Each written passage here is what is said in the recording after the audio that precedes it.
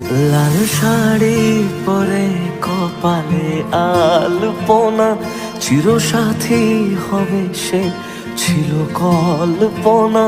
সে স্বপ্ন ভেঙেছে, আমিও বুঝেছি, ভেঙে যাওয়া মনের কত যন্ত্রণা।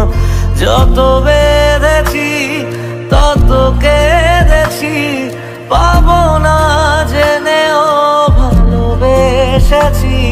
কত না আঘাত পেয়েছি একা, স্মৃতিগুলো তবু মনে রেখেছি।